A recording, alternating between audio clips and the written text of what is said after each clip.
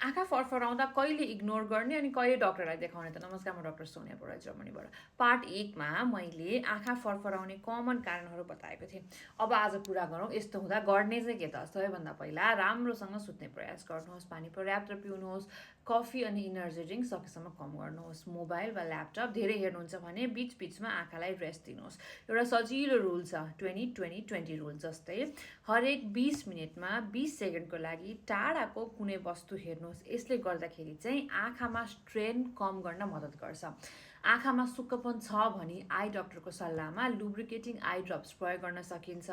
तर यदि आँखा फरफराउने समस्या धेरै दिनसम्म रोकिएन भने, आँखा आफै बन्द हुने गरी खुम्चिन थाल्यो भने, अनुहारको अरू भागमा पनि हल्लिन थाले जस्तो महसुस भयो, आँखामा दुखाइ आयो, रातोपन आयो, कमजोरी वा भिजनमा समस्या आयो जस्तो भयो भने चाहिँ डक्टरलाई देखाउनै पर्छ। किनकि रेयर केसमा चाहिँ यो nerve irritation, allergy, I problem वा न्युरोलोजिकल प्रब्लमसँग पनि सम्बन्धित हुन सक्छ।